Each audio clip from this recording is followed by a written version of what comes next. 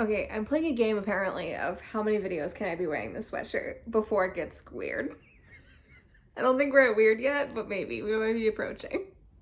I didn't even start the day out wearing this sweatshirt, but I wasn't comfortable in what I was wearing earlier, so now we're here. I was going to record my Advent opening at lunchtime, like I have been on work days for the most part, but instead some of my cross-stitch friends were chatting during the workday, and so I hopped on to that instead at lunch, and so now it's after work and I still haven't opened my Advents, so let's do that. We have day 15 of Flossmas and of Advent opening. This is the Nice List box from the Black Needle Society, and see, I don't have to rip the thing. I always forget. What do we got? Ooh, we got some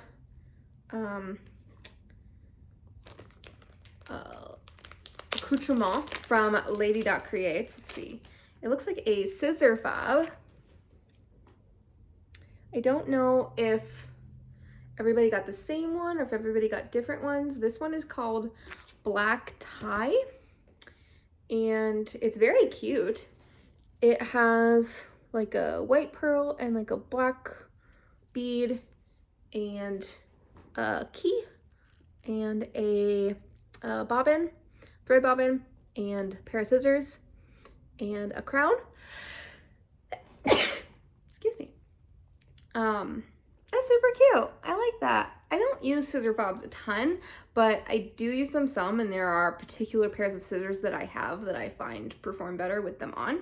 So I really like that. All right, next we have the Hello Bargello Advent Calendar. So I've opened one yarn so far for project number 3. So let's see what the second one is.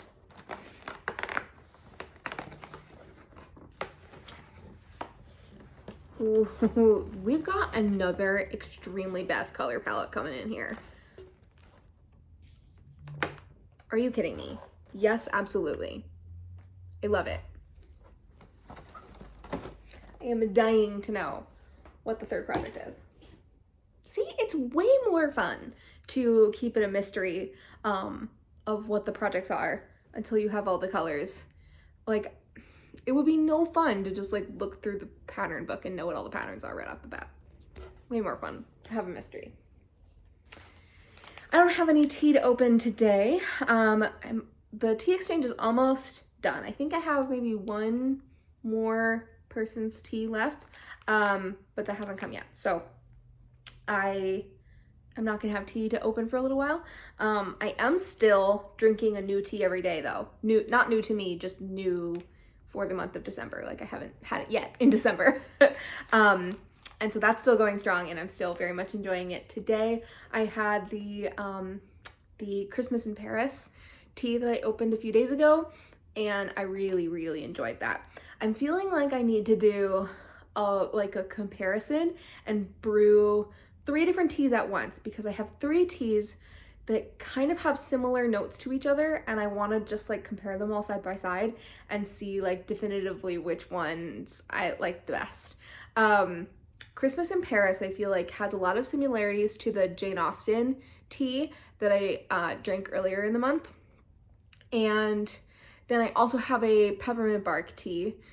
So we've got the peppermint bark that has chocolate and peppermint, and then Christmas in Paris has chocolate and peppermint and like lavender and vanilla, and then the Jane Austen has the like lavender and vanilla, but it has spearmint, and I don't think that one has chocolate. So like, you see where I feel like it would be an interesting side by side? So that might have to happen. All right, but I do have my Secret Santa homemade Advent that very excited to see what it is.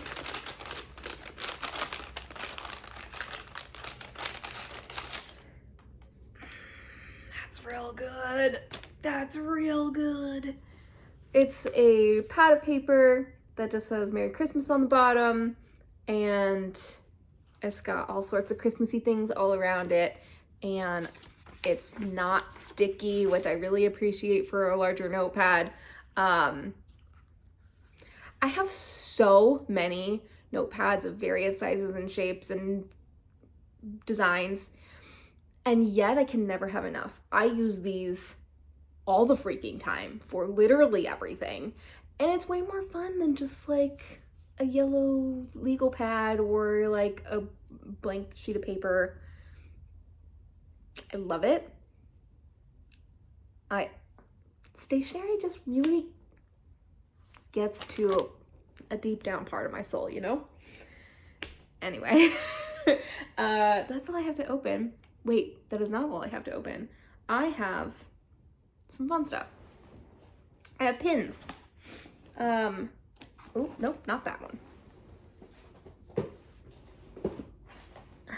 Let's see. I have a package of pins that just came in the mail.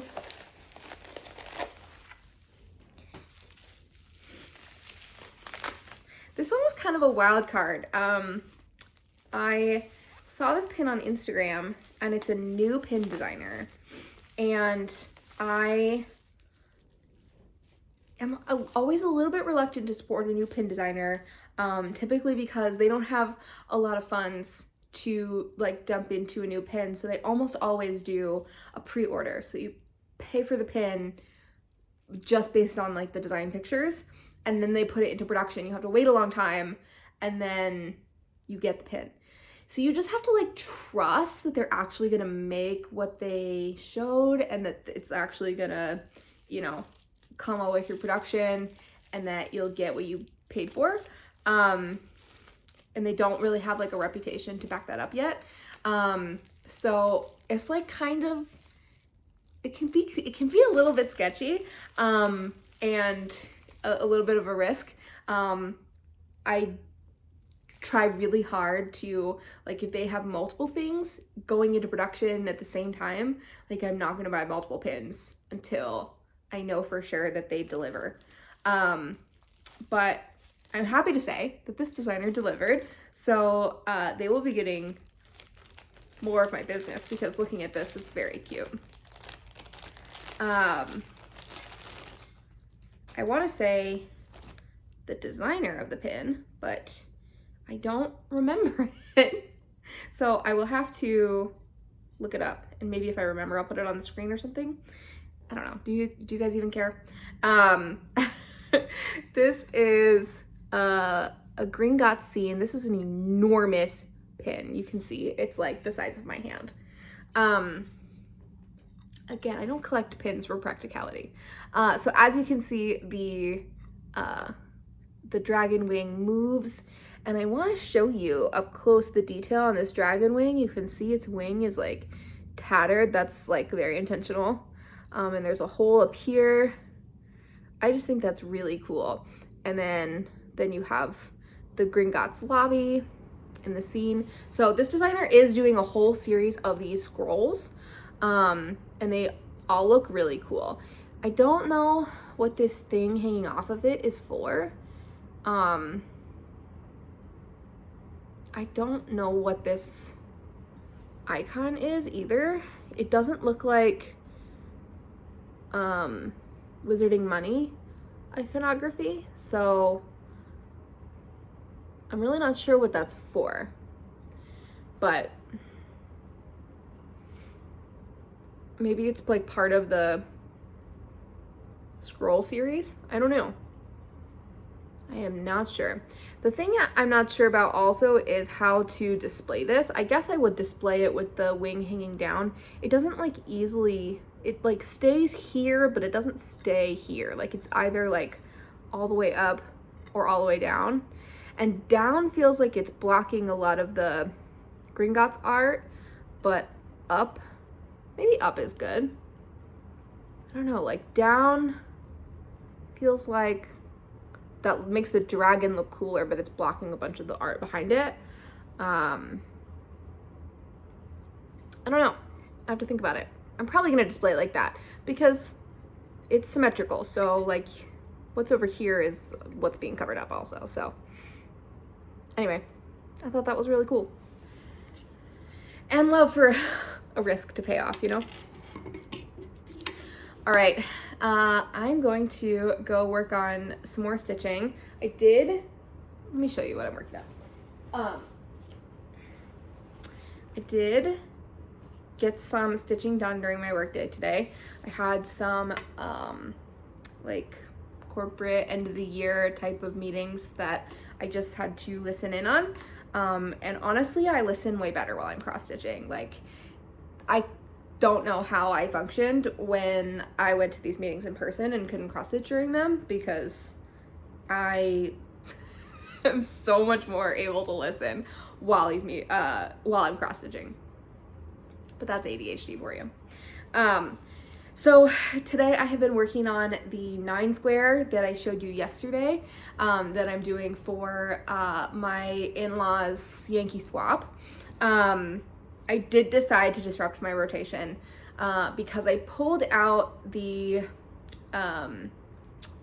Santa's post office ornament that I was originally planning for today and tomorrow. And there wasn't really like a logical stopping point where I could like say, all right, I'm gonna make this much progress and then I'll switch over to the 9 square. So I decided to do the 9 square first, and then with whatever time remaining of this rotation, I'll work on the Santa's post office. So it'd be really cool if I could finish this today, because look how much progress I've made already. I have Santa done in the middle except for his French knot eyes, which I'll do at the end. And then I have most of the presents done. They just need their ribbons. And then I have the wreaths to do, and then I'm done. So very, very close. This is about, I think, like 2.5 hours of work. So, I mean, it's not nothing, but it's also, you know, not going to take me a million years, which is exactly what I wanted. So, the only thing left I have to decide though is I left myself enough room to like put a Merry Christmas or something, or Merry Christmas 2022 or something like that. I did decide to do this on Ada. This is, I want to say Color and Cotton River Rock. And so I know like some backstitch alphabets really look nicer on an even weaver linen. So maybe I screwed myself there. I don't know.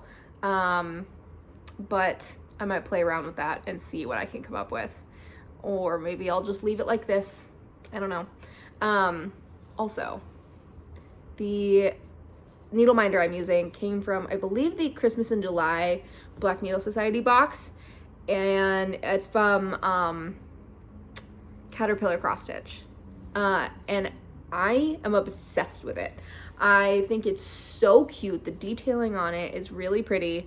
And also I really love an enamel needle minder, or I feel like enamel and wood, both, like the enamel with metal and wood, both really like have a nice like hold on my needle. My needle stays like flat and easily accessible. I don't know, but I really like that. So big fan of it, and it's also super cute and I like to look at it. So yeah, this is what I'm focused on for the rest of the night. I'm gonna make dinner and work on this, and maybe clean my living room, because after I put that time lapse of cleaning the living room, it looked so nice and I destroyed it again. Yay me. All right, I'll show you my progress and we'll see how far I get. Crossing my fingers for a finish today.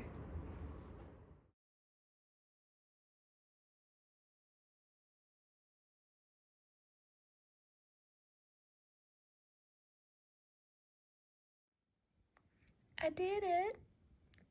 A start and a finish all in one day. I think it's hilarious that I have done far more French knots in the last like week than I have in the last year. I tend to avoid them. They're not my favorite, but I will say that if you're struggling with French knots, try colonial knots, because I was really struggling the other day with French knots, and I tried colonial knots, and I don't have to redo them a million times in order to get them to look nice. The only thing I will say is that they look stupid with one strand. You really have to use two. But yeah, I'm happy with this, and I will tackle FFOing some other time, some other day, very soon.